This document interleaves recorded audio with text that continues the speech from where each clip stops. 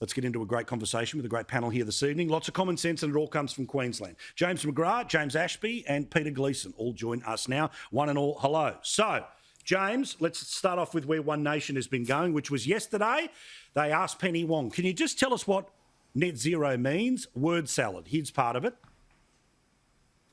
Would the Minister please explain to the Australian people and what net zero emissions actually means in layman's terms? I'm not sure how to explain it other than to say it means net zero. I mean, I think, and I understand that the senator. It's one of those situations. I'll think through if I can provide an explanation to make it clearer than that. But to me, the words net zero are quite clear. I will have a think about that. I think it's a commonly understood objective, and it's an objective, as the senator knows, that is shared by those opposite, I thought. Blah, blah, blah, blah, blah, blah, blah, blah, blah, blah. I now have to put on the party frock because we've got the formal tonight. Well, another question was asked again by One Nation of a government minister, and again, they tried to give a definition. It says to achieve a balance between anthropogenic emissions by sources and removals by sinks of greenhouse gases. And what that really means is a balance between sources and sinks. Oh, James Ashby, that seems so easy to explain to people at a barbecue, doesn't it? Layman's terms, yeah. Sources and sinks.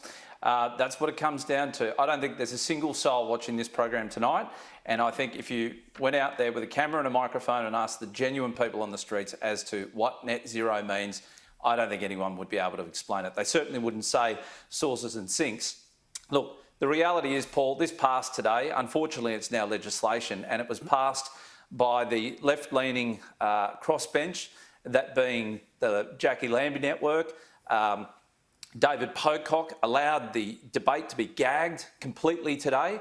I think Labor used his naivety in the Senate to gag that completely. Even his amendments couldn't be debated. And this is the problem with Labor. They are not willing to have a debate. If you dare question the science, you're labelled a climate denier.